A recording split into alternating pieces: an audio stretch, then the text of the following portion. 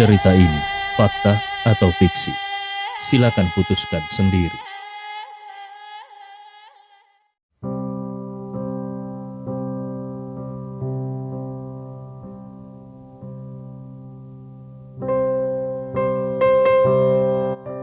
Zaki langsung lemas dan memohon, "Tuan Andi, aku tidak ingin pergi ke lokasi konstruksi.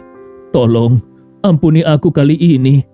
Mulai sekarang, aku akan menjadi pesuruhmu. Apapun yang kau perintahkan, akan kulakukan." Andi mengangguk dan tersenyum penuh makna. Baiklah." Zaki merasa senang dan berkata, "Terima kasih Tuan Andi, terima kasih." Andi Rewa tersenyum. "Aku belum selesai bicara. Jangan buru-buru berterima kasih padaku." Setelah itu dia bertanya sambil tersenyum, "Kau ingin menjadi pesuruhku dan akan melakukan apa saja yang aku perintahkan, bukan? Kalau begitu, aku perintahkan kau untuk mengangkut semen di lokasi konstruksi. Ketika kau sudah melakukannya selama 20 tahun, barulah kau bebas." "Apa?" Zaki hampir pingsan mendengarnya. Pada saat ini, Andi Rewa berbicara kepada Albert.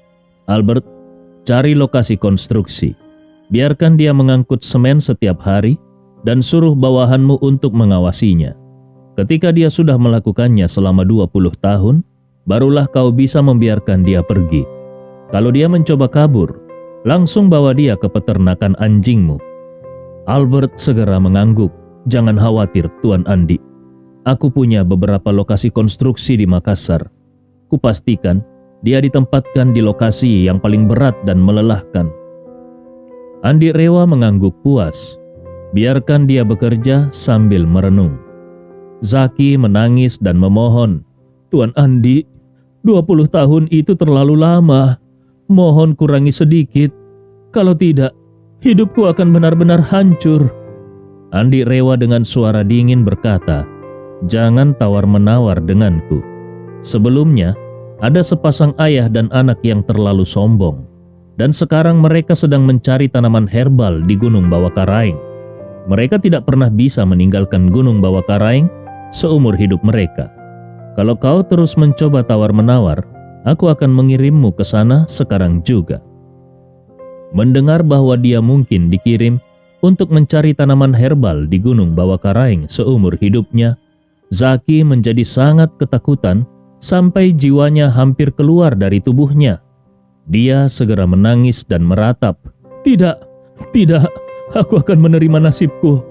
Aku akan pergi mengangkut semen di lokasi konstruksi. Jangan kirim aku ke Gunung Bawakaraeng untuk mencari tanaman herbal." Akhirnya Zaki hanya bisa menerima nasibnya. Dibandingkan dengan menghabiskan seumur hidup mencari tanaman herbal di Gunung Bawakaraeng, bekerja di lokasi konstruksi di kota Makassar dengan mengangkut semen adalah keberuntungan besar baginya. Setidaknya, dia masih bisa tinggal di kota, pulang ke rumah, dan memiliki kehidupan santai setelahnya. Kalau dia dikirim ke Gunung Bawakaraeng, maka hidupnya akan benar-benar hancur. Albert langsung memberi perintah kepada bawahannya, bawa dia ke lokasi konstruksi di Makassar County. Biarkan dia tinggal dan makan bersama para pekerja di sana. Dan dia hanya bisa istirahat 2 hari setiap bulannya. 2 anak buah Albert segera menyeret Zaki keluar. Albert kemudian menunjuk Jono yang terkapar di tanah dan bertanya kepada Andi, "Tuan Andi, apa yang harus kita lakukan dengan orang tua ini?" Andi Rewa dengan tenang menjawab, "Polisi akan segera datang untuk menangkapnya." Saat dia selesai berbicara, sekelompok polisi bergegas masuk dan dengan suara keras bertanya, "Siapa yang bernama Jono?" Ridwan segera menunjuk Jono yang terbaring di lantai dan berkata, "Petugas, itu orangnya." Polisi mendekat, memeriksa foto dan berkata, "Ini dia, bawa dia pergi." Seorang bawahan bertanya, "Kapten, orang ini sudah terluka dan pingsan. Apa yang harus kita lakukan?" Sang kapten berkata, "Bawa ke rumah sakit lebih dulu. Setelah dia stabil, kita tahan dia." Pada saat ini, Zainal buru-buru bertanya, "Petugas, Apa kejahatan yang dilakukan oleh Jono? Polisi menjawab dengan tegas. Dia diduga melakukan penyalahgunaan jabatan dan memperoleh keuntungan ilegal dari penyalahgunaan jabatannya. Semua orang terkejut. Tidak ada yang menyangka bahwa Jono yang sudah memiliki posisi bagus dan gaji tinggi masih menggunakan posisinya untuk mengumpulkan kekayaan pribadi. Jono yang masih pingsan sudah dibawa oleh polisi dan rekan-rekan lamanya hanya bisa menghela nafas dan merasa sangat kasihan. Namun, semua orang memandang Andi dengan rasa hormat yang belum pernah ada sebelumnya. Ridwan merasa sangat bangga. Banyak rekan-rekannya datang untuk memujinya. Ini membuatnya merasa sangat puas. Namun, seseorang langsung mengeluh. Aduh, Zaki sudah pergi. Jadi, acara kedua kita mungkin tidak bisa dilanjutkan. Bagaimana kalau kita bubar saja? Semua orang merasa sedikit kecewa. Mereka semua ingin melihat kemewahan klub ini, tetapi hanya berhasil masuk ke lobi dan tidak tahu seperti apa bagian dalamnya. Pada saat ini, Andi berkata kepada Albert dengan suara rendah, "Albert, kartu milikmu bisa membuka hingga lantai berapa?" Albert menjawab dengan cepat, "Hingga lantai 10. Andi Rewa berkata, "Bukakan ruangan besar di lantai 10 untukku. Biarkan para orang tua ini bersenang-senang." Albert bertanya dengan takjub, "Tapi Tuan, bukankah kau sendiri memiliki kartu VIP tertinggi?" Andi melambaikan tangan dan menyuruhnya diam. Di seluruh klub Glorious, hanya ada satu kartu VIP tertinggi dan itu diberikan kepada Andi Rewa. Kartu itu bukan hanya memungkinkan dia untuk pergi ke lantai 15 kapan saja, tetapi juga semua pengeluarannya gratis. Namun Andi tidak ingin ayah mertuanya Ridwan tahu bahwa dia memiliki kartu seperti itu. Kalau tidak, dengan temperamen dan karakter ayah mertuanya itu, dia pasti akan terus-menerus meminta Andi untuk membawanya ke sana setiap hari, atau bahkan mencoba mendapatkan kartunya agar bisa membawa teman-temannya untuk pamer. Jadi lebih baik mereka tidak mengetahuinya. Albert segera memahami maksud Andi. Dia dengan cepat mengeluarkan kartu keanggotaannya sendiri, lalu menyerahkannya kepada resepsionis dan berkata, "Siapkan ruang besar di lantai 10 untukku. Semua biayanya dibebankan kepadaku." Resepsionis itu dengan hormat menerima kartu keanggotaan Albert, lalu dengan tersenyum berkata, "Ruang 1008 di lantai 10 sudah disiapkan dan bisa digunakan kapan saja. Ruang itu cukup besar untuk menampung 30 orang." Albert mengangguk, lalu dengan hormat berkata kepada Andi, "Tuan Andi, kau dan ayah mertuamu bisa naik ke atas sekarang." Andi lalu berkata kepada semua orang, "Paman sekalian, temanku sudah memesan ruang 1008 di lantai 10 untuk kita. Semua biaya hari ini ditanggung oleh dia. Sekarang silakan ikuti pelayan untuk naik ke atas." Semua orang tidak menyangka. Ternyata keadaan berbalik dan mereka pun bersorak. Banyak orang awalnya mengira paling tidak mereka hanya bisa naik ke lantai 7 klub Glorious. Tetapi tidak disangka mereka bisa langsung naik ke lantai 10. Benar-benar keberuntungan yang luar biasa. Ridwan juga sangat senang dan dengan tersenyum dia berkata, "Memang menantuku sangat hebat, tidak seperti Zaki yang hanya bisa omong besar." Semua orang juga tidak bisa tidak memuji dan berkata, "Wah Andi, kau benar-benar tersembunyi. Ridwan sangat beruntung memiliki menantu sepertimu." Andi Rewa tersenyum sedikit. "Jangan terlalu memujiku. Sebenarnya aku tidak punya kemampuan apa-apa. Hanya saja secara kebetulan aku mengenal beberapa teman. Silakan paman semua naik ke atas dan bersenang-senang." Ridwan bertanya padanya, "Kau tidak ikut naik?" Andi Rewa berkata, "Aku mau berbicara dengan Albert sebentar. Ayah dan paman yang lainnya naik saja dulu."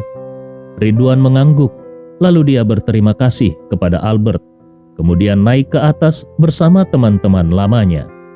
Setelah semua orang naik, Andi Rewa bertanya kepada Albert, "Bagaimana dengan masalah yang kuminta untuk kau urus tentang Ryu Asahi?" Albert segera berkata, "Tuan Andi, tenang saja, aku sudah mengurusnya. Aku mencari ahli efek komputer terbaik dan bahkan menyewa seorang ahli properti dari Akademi Film untuk membuat video palsu yang menunjukkan kematian Ryu Asahi dan mengirimkannya kepada Nobu Asahi. Sekarang dia benar-benar percaya kalau Ryu Asahi sudah meninggal." Andi Rewa tersenyum dan berkata, "Bagus, rawatlah Ryu Asahi dengan baik. Nanti kirim dia kembali ke Jepang untuk merebut warisan. Tetapi pastikan dia menandatangani kesepakatan denganku terlebih dahulu yang menyatakan bahwa aku akan mengambil 80% dari warisan itu." Albert mengangguk patuh dan berkata, "Baik Tuan, aku mengerti. Aku akan menjelaskannya kepadanya saat aku kembali." Andi Rewa mengangguk. Dia berkata, "Kau bisa pergi sekarang. Aku akan naik ke atas menemani ayah mertuaku dan teman-temannya." Albert dengan hormat membungkuk dan berkata, "Tuan Andi, aku pergi dulu. Kalau ada yang perlu kau lakukan, beritahu saja aku kapanpun itu." Andi Rewa sedang menunggu lift untuk naik ke lantai 10. Ketika lift itu turun, pintunya tiba-tiba terbuka dan dia terkejut melihat Fania yang berdandan sangat cantik keluar dari dalam lift. Hari ini Fania berdandan dengan sangat cantik. Wajahnya yang sudah sempurna semakin terlihat indah dengan sedikit riasan. Dia mengenakan gaun marlam berwarna hitam. Rambut panjangnya digulung dengan rapi ke belakang, sehingga membuatnya terlihat sangat dewasa dan sempurna. Melihat Fania yang begitu mempesona, Andi merasa sedikit terkejut, sementara Fania merasa sangat bahagia. Di hatinya, dia sedang merindukan Andi dan tidak menyangka bahwa saat pintu lift terbuka, Andi Rewa ada di luar. Seperti seorang gadis kecil yang sedang jatuh cinta untuk pertama kalinya, dia bertanya kepada Andi, "Kenapa kau datang ke sini? Seharusnya kau memberitahu kalau kau akan datang, supaya aku bisa menyambutmu dengan baik." Andi Rewa menatap Fania dan tersenyum tipis. "Aku hanya menemani ayah mertuaku untuk menghadiri reuni teman sekelas. Aku tidak ingin merepotkanmu, jadi aku tidak memberitahumu." Fania buru-buru berkata, "Tuan Andi, kalau ayah mertuamu mengadakan reuni di sini, kau seharusnya memberitahuku lebih awal agar aku bisa mempersiapkan semuanya dengan baik." Andi Rewa tersenyum. "Tidak perlu begitu repot. Ini hanya sekelompok orang tua yang ingin bersenang-senang, jadi tidak perlu terlalu mewah. Lagi pula aku juga belum memberitahu ayah mertuaku kalau kita berteman baik. Kalau kau, sebagai putri tertua keluarga Wirawan, datang sendiri untuk menyambutnya, dia mungkin akan merasa bingung." Fania buru-buru mengangguk. "Oh iya, kakekku akan mengadakan pesta ulang tahun besok siang. Sebenarnya aku ingin mengirimkan undangannya kepadamu malam ini, tetapi kebetulan aku bertemu denganmu di sini. Jadi aku ingin tahu apakah kau punya waktu untuk datang besok?" Andi Rewa berpikir sejenak, lalu mengangguk. "Tidak masalah, aku akan datang besok." Bagi Andi, meskipun keluarga Wirawan bukan keluarga besar, tetapi tetap menjadi keluarga nomor 1 di kota Makassar. Menjaga hubungan baik dengan mereka bisa menyelesaikan banyak masalah. Fania merasa senang melihat Andi setuju. Dia buru-buru bertanya, "Tuan Andi, bagaimana kalau besok pagi aku menjemputmu?" Andi Rewa menolak dengan sopan. "Tidak perlu. Pesta ulang tahun Tuan Wirawan pasti membuatmu sibuk besok." Fania mengangguk dan tersenyum manis. "Baiklah, kau bisa menghubungiku saat sudah tiba di lokasi besok." Fania melihat jamnya dan berkata dengan nada meminta maaf, "Kalau begitu, aku permisi dulu karena masih harus mempersiapkan segala sesuatunya untuk pesta ulang tahun besok." Andi mengangguk. Pergilah. Sementara itu, di lantai 10, ruangan 1008. Sekelompok orang tua ini sangat kagum dengan kemewahan di sana. Setiap orang mengambil ponsel mereka dan memotret tanpa henti. Ridwan dan teman-teman sekelasnya jelas tidak memiliki kemampuan dan status untuk bisa datang sendiri ke ruangan ini. Jadi kali ini mereka benar-benar menikmati suasana yang ada di sini. Sementara Ridwan dan teman-temannya menikmati kemewahan luar biasa di lantai 10 Klub Glorious di tempat lain. Carla dan Novia sudah tiba di kawasan Villa Desilen dan duduk bersama seorang wanita kaya yang dikenalkan oleh Novia untuk bermain kartu. Di meja kartu, seorang wanita setengah baya yang berpakaian seperti nyonya besar sedang menyiapkan kartu sambil tersenyum dan bertanya kepada Novia, "Novia, siapa nama temanmu ini? Kenapa kau tidak memperkenalkannya?" Novia pun berkata, "Lani, aku perkenalkan, ini temanku yang aku sebutkan sebelumnya. Ini adalah teman main kartuku, namanya Carla. Sama seperti kau, dia juga sangat suka bermain kartu dan memiliki sikap yang baik. Dia selalu mau menerima kekalahan dengan sportif." Pada saat ini Carla dengan cepat menyapa Lani. "Halo Lani." Lani mengangguk ringan dan tersenyum. "Kebetulan aku sedang mencari teman main kartu yang tetap. Kalau kau tertarik, kau bisa sering datang bersama Novia untuk bermain beberapa putaran denganku." Carla segera berkata, "Wah, itu sangat bagus. Sejujurnya, temanku yang biasanya bermain kartu bersamaku akan pergi ke Amerika, dan aku sedang kesulitan mencari teman main yang tetap." Lani dengan sopan menjulurkan tangannya dan berkata, "Namaku Lani, selamat datang dan senang berkenalan denganmu." Carla dengan cepat berjabat tangan dengannya. Lani berkata lagi, "Lihatlah, villa ini dibiarkan kosong setelah selesai direnovasi. Jadi aku memutuskan untuk menggunakannya sebagai tempat bermain kartu bersama teman-teman." Carla merasa sangat iri di dalam hatinya. Sebuah villa sebesar ini digunakan untuk bermain kartu. Sungguh lebih mewah daripada Sunny. Lalu dia mulai mengamati villa di Desilen ini. Villa ini sangat mewah, meskipun tidak sebesar villa yang diberikan Zeke Harun kepada Andi Rewa. Villa yang diberikan Zeke Harun kepada Andi adalah tipe terbesar di Villa Desilen. Sementara villa milik Lani ini adalah tipe terkecil di Villa Desilen. Namun, meskipun tipe terkecil, bagi kebanyakan orang, villa ini sudah sangat besar. Sebenarnya villa ini bukan milik Lani, melainkan milik sebuah perusahaan film. Perusahaan film membeli villa ini dan kemudian merenovasinya menjadi lokasi syuting dalam ruangan. Beberapa waktu lalu, mereka baru saja menyelesaikan syuting sebuah drama, namun drama tersebut belum ditayangkan. Setelah drama tersebut selesai syuting, villa ini menjadi kosong. Drama berikutnya baru akan mulai syuting sebulan lagi. Jadi villa ini disewakan sementara untuk menutupi biaya. Novia menyewa villa ini untuk menjebak Carla dan membuat Carla kehilangan segalanya, sebagai balas dendam atas penghinaan yang Carla lakukan padanya dulu. Novia berharap bisa mengambil alih villa Andi agar hidupnya berubah drastis. Carla tidak tahu bahwa semua ini adalah perangkap yang ditujukan untuknya. Dia pikir dia beruntung hari ini karena bertemu dengan seseorang yang kaya raya yang bisa menjadi sumber uangnya.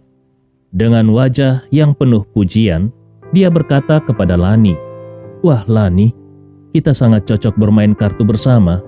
Bulan depan, keluargaku juga akan pindah ke Villa Desilen. Villa menantuku berada di A15. Lani sudah tahu bahwa Carla memiliki villa di Desilen. Kalau bukan karena villa itu, dia yang merupakan penipu ulung tidak akan mau bekerja sama dengan Novia untuk menjebak Carla dan mengambil simpanannya. Lani yang berusia 50-an telah bekerja sebagai dealer kasino di luar selama 30 tahun. Dalam hal menipu, dia adalah yang terbaik, baik itu poker atau kartu. Dia sangat mahir. Jadi, sementara Carla mengira Lani adalah mesin ATM-nya, Lani juga menganggap Carla sebagai sapi perahnya. Semua orang yang terlibat memiliki niat tersendiri dan tidak sabar untuk memulai permainan ini. Lani kemudian bertepuk tangan dan memanggil seorang wanita lagi. Lalu sambil tersenyum dia berkata, "Ini adalah Nana. Dia juga teman main kartuku, meskipun dia tidak terlalu hebat bermainnya. Baiklah, kita berempat bisa langsung mulai saja." Carla juga dengan antusias berkata, "Baik, mari kita mulai. Jujur saja, tanganku sudah gatal ingin bermain." Lani tersenyum tipis dan mengusulkan, "Hari ini adalah pertama kalinya kita bermain kartu dengan Carla. Mari kita mulai dengan taruhan kecil dulu, 1 juta saja." Carla langsung terkejut dan berkata tanpa berpikir, "Hah? Apakah kalian biasanya bermain dengan taruhan sebesar itu?" Lani tertawa dan sambil melambaikan tangannya dia berkata, "Carla, sejujurnya itu adalah taruhan terkecil yang pernah aku mainkan. Beberapa hari yang lalu, aku bermain dengan taruhan 3 juta, 5 juta, dan bahkan 10 juta per putaran." Sambil berbicara, dia menunjuk ke arah Novia yang duduk di sebelah Carla dan berkata, "Terakhir kali Novia bermain denganku, taruhannya 5 juta per putaran. Dalam setengah hari, aku kalah lebih dari 50 juta dan dia sendiri menang lebih dari 10 juta, bukan?" Novia segera berkata, "Lani, kau ini terlalu kaya, sampai kau lupa seberapa banyak kekalahanmu. Terakhir kali kau kalah lebih dari 80 juta dan aku menang lebih dari 20 juta. Sebagian besar sisanya dimenangkan oleh Nana." Wanita yang dipanggil Nana tertawa dan berkata, "Ah, uang sebanyak itu bagi Lani hanyalah uang receh."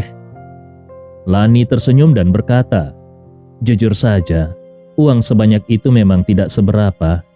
Suamiku bisa dengan mudah menghasilkan beberapa miliar setiap tahunnya. Jadi, kalah beberapa puluh juta saat bermain kartu tidak masalah bagiku." Mendengar hal ini, hati Carla semakin bersemangat. Lani benar-benar adalah orang kaya raya. Terlebih lagi dia juga memiliki Novia untuk bekerja sama. Pastinya dia akan menang besar. Dengan segera, Carla menghilangkan keraguan dan kekhawatirannya tadi, lalu tertawa dan berkata, "Tidak masalah, Lani, mari kita mulai dengan 1 juta. Lani mengangguk sambil tersenyum dan berkata, "Kalau begitu, aku akan mulai lebih dulu." Carla menggosok-gosok tangannya. Dia sudah tidak sabar lagi. Tidak lama kemudian, keempat orang itu sudah mulai bermain kartu. Carla melihat kartunya dan merasa sangat bersemangat. Keberuntungan benar-benar datang kepadanya tanpa diduga. Kartunya sangat bagus.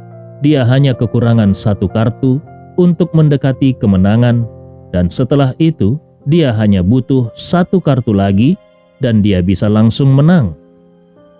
Dengan penuh antusias, Carla berharap bisa mendapatkan kartu yang dia butuhkan. Setelah beberapa putaran tanpa mendapatkan kartu yang diinginkan, dia teringat akan kesepakatannya dengan Novia, lalu memberi isyarat untuk meminta kartu pertama yang dibutuhkannya. Novia segera mengerti maksud Carla dan dengan cepat membuang kartu yang dibutuhkan Carla. Carla sangat senang dan dia mengambil kartu itu sambil tertawa. "Yes, aku mendapatkannya." Setelah itu Carla dengan bangga berkata, "Aku sudah mendekati kemenangan." Lani terkejut dan bertanya, "Tidak mungkin, secepat itu kau sudah mendekati kemenangan?" Carla tertawa dan berkata, "Iya, Aku beruntung karena kartunya cukup bagus." Lani mengangguk dan berkata, "Semoga aku tidak membuang kartu yang kau butuhkan." Lalu dia mengambil kartu 2 wajik dan membuangnya. 2 wajik? Ketika melihat kartu tersebut, Carla langsung merasa sangat senang dan segera meletakkan kartunya sambil berteriak, "Aha, aku menang! Aku menang dengan 2 wajik." Lani berpura-pura kecewa dan berkata, "Aduh, kenapa tanganku tidak mau bekerja sama? Bagaimana bisa aku membuang kartu itu?" Carla segera berkata, "Lani, kita sudah sepakat. Begitu kartu terbuang, kartu itu tidak bisa ditarik kembali." Lani tersenyum dan berkata, "Jangan khawatir Carla, aku bukan tipe orang seperti itu. Kalau aku kalah, aku pasti akan bersikap sportif." Novia juga menambahkan, "Benar, bermain dengan taruhan 1 juta adalah uang kecil bagi Lani. Pada dasarnya dia bermain kartu hanya untuk bersenang-senang." Saat ini Lani sudah memberikan uang taruhannya kepada Carla dan berkata, "Ini uangnya, kau bisa menghitungnya lebih dulu untuk memastikan." Carla sangat bersemangat. Dia menerima uang itu dan menghitungnya secara kasar, lalu meletakkannya di samping dengan penuh semangat dan melanjutkan bermain kartu dengan mereka. Setelah itu, keberuntungan Carla sangat luar biasa. Hampir di setiap putaran, kartu yang dia dapatkan sangat bagus. Ditambah lagi dengan bantuan Novia, bisa dikatakan Carla hampir selalu menang. Setelah beberapa putaran, Carla hanya kalah 2 kali. Selebihnya dia selalu menang. Dalam 3 putaran kartu, dia sudah menang banyak. Biasanya ketika dia bermain kartu, paling banyak dia hanya menang sekitar 800.000. Jadi, ketika dia melihat uang sebanyak ini, dia langsung menjadi sangat bersemangat hingga matanya berbinar. Ketika mereka kembali mengocok kartu, Novia merasa saatnya sudah tepat. Lalu dia batuk ringan sebagai isyarat. Lani yang duduk di posisinya segera mengerti bahwa sudah waktunya bagi mereka untuk menjebak Carla. Setelah memberi makan ternak, sekarang saatnya untuk menyembelihnya. Lani pun menguap dan berkata, bermain kartu dengan taruhan 1 juta ini mulai membosankan. Bahkan aku hampir tertidur tadi. Bagaimana kalau kita tingkatkan taruhannya agar lebih seru?" Novia tertawa dan berkata, "Aku tidak masalah." Lalu dia melihat ke arah Carla dan bertanya sambil tersenyum, "Carla, bagaimana menurutmu?" Carla sama sekali tidak menyadari bahwa ini adalah perangkap. Dia berpikir kalau tadi dia bisa dengan mudah menang, maka ketika taruhannya menjadi lebih besar, itu berarti dia bisa memenangkan lebih banyak uang lagi dalam waktu singkat. Dalam euforia, dia tidak berpikir tentang kemungkinan kalah. Jadi dengan sangat antusias dia berkata, "Baik, mari kita tingkatkan taruhannya." Lani mengangguk dan meregangkan tubuhnya. Setelah itu dia berkata dengan tenang, "Mari kita main dengan taruhan 5 juta. 1 juta itu terlalu kecil dan tidak menarik." Setelah itu dia menambahkan, "Kalau kalian merasa jumlahnya terlalu besar, tidak masalah.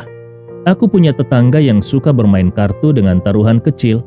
Aku bisa memanggilnya untuk menemani kalian, dan aku bisa naik ke atas untuk tidur sebentar." Carla terkejut sejenak dan bergumam, 5 juta?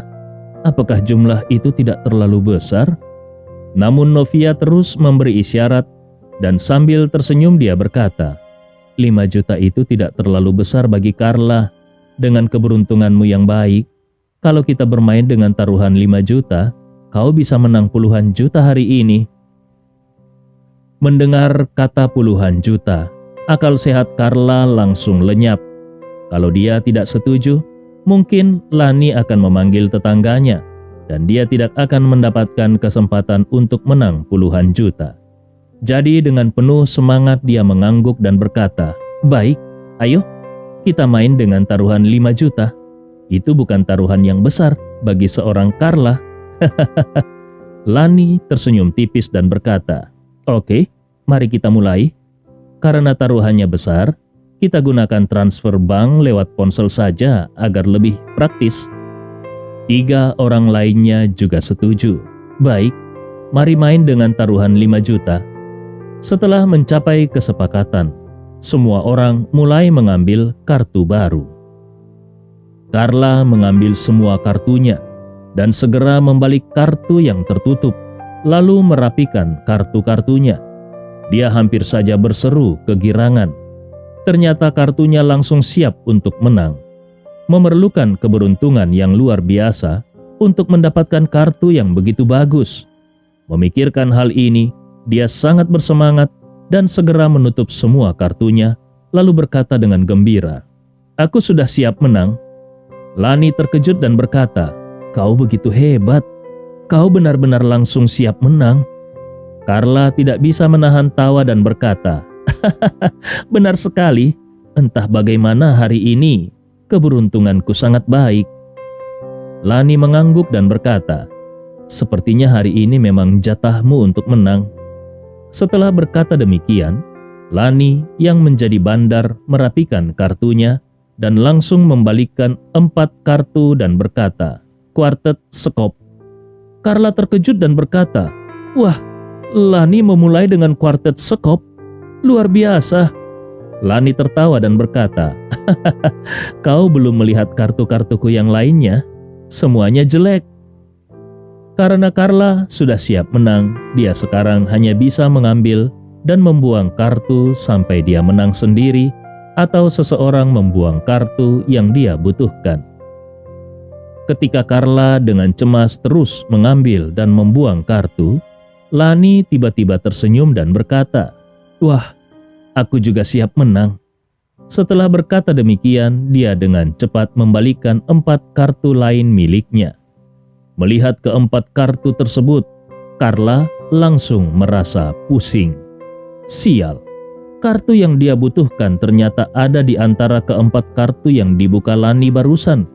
Tidak heran, sepanjang permainan dia tidak bisa mendapatkan kartu itu dan tidak ada juga yang membuang kartu itu. Dengan perasaan kesal, Carla ingin memberikan kode kepada Novia agar memberinya 1 kartu yang dibutuhkannya. Namun, setelah dipikir lebih lanjut, kalau mereka bermain kartu, yang menang dengan kartu yang dibuang akan mendapatkan uang dari 3 pemain lain. Kalau dia meminta Novia membuang 1 kartu dan menang dengan kartu yang dibuang itu, Novia tidak mungkin memberikan uang padanya. Jadi dia akan sia-sia saja mendapatkan kartu bagus itu. Jadi Carla pun memutuskan bahwa untuk putaran ini dia hanya akan bergantung pada dirinya sendiri atau orang lain yang membuang kartu. Dia tidak akan bergantung pada Novia. Kalau Novia sendiri yang membuang 1 kartu yang dibutuhkannya dan membuatnya menang, maka dengan terpaksa Novia harus memberikan uang padanya. Pada saat ini Carla membuang salah 1 kartunya sambil berkata, 8 love. Tiba-tiba Lani dengan cepat menaruh kartunya dan berkata dengan penuh semangat, "Hei, aku menang. Carla, maaf ya, ternyata aku menyalipmu." Carla tiba-tiba merasa seperti jatuh ke dalam lubang es. Kemenangan yang dialaminya sejak tadi tidak sebanding dengan kekalahannya saat ini. Carla merasa sangat sedih dan seluruh mentalitasnya mulai runtuh. Di sampingnya, Novia segera menghiburnya. "Ah, Carla, bermain kartu tidak mungkin selalu menang. Kau sudah menang begitu banyak putaran. Kalah 1 putaran tidak masalah. Kalau kau menang lagi di putaran berikutnya, uangmu pasti kembali." Lani juga tersenyum dan berkata, "Benar, ini hanya 1 putaran kartu. Kita masih akan bermain beberapa putaran lagi hari ini." Barulah mood Carla sedikit terasa lebih baik, tapi di dalam hatinya dia bertekad untuk memenangkan kembali uangnya yang hilang. Segera dia menggunakan aplikasi perbankan di ponselnya untuk mentransfer uang kepada Lani dan permainan kartu dilanjutkan. Namun, di putaran berikutnya, Carla lebih merasa frustrasi. Begitu dia membalik kartunya, apa yang dia lihat adalah kartu yang kacau. Tidak ada satupun kartu yang berpasangan dan tidak ada kartu yang berurutan. Dengan kartu seperti ini, untuk mendapatkan kombinasi kartu yang menang, dia butuh 7 atau 8 kartu. Seluruh tubuhnya hampir pingsan tak berdaya. Bagaimana kartu seperti ini bisa dimainkan? Kemungkinan orang lain sudah menang, sementara dia sendiri belum cukup untuk membuat 2 set kartu. Di meja, 3 orang lainnya terlihat sangat bersemangat. Sepertinya kartu mereka bagus. Orang pertama yang mendeklarasikan siap adalah Novia, lalu Lani, dan kemudian Nana. Melihat ketiga orang tersebut sudah siap, Carla merasa gelisah. Dia takut kalau dia akan kalah lagi, atau seseorang akan menang dengan kartu mereka sendiri. Apalagi ketika Carla melihat kartunya yang semakin tidak menjanjikan, dia merasa semakin cemas. Saat ini dia menarik 1 kartu. Dia merasa kartu ini aman, jadi dia membuangnya dan berkata, "Seharusnya kalian tidak menginginkan kartu ini, bukan?" Nana yang duduk di sampingnya dengan gembira berkata, "Hahaha, aku menang. Itu adalah kartu yang aku butuhkan." Novia dengan sedikit canggung berkata, Aku juga seharusnya bisa menang kalau mendapatkan kartu itu." Lani tersenyum dan berkata, "Hei, aku juga begitu." Melihat kartu ketiga orang tersebut, Carla melihat mereka semua menang dengan kartu yang dibuangnya. Ini adalah 1 tembakan yang membunyikan 3 lonceng sekaligus. Ini benar-benar mengerikan. Cerita ini fakta atau fiksi? Silakan putuskan sendiri.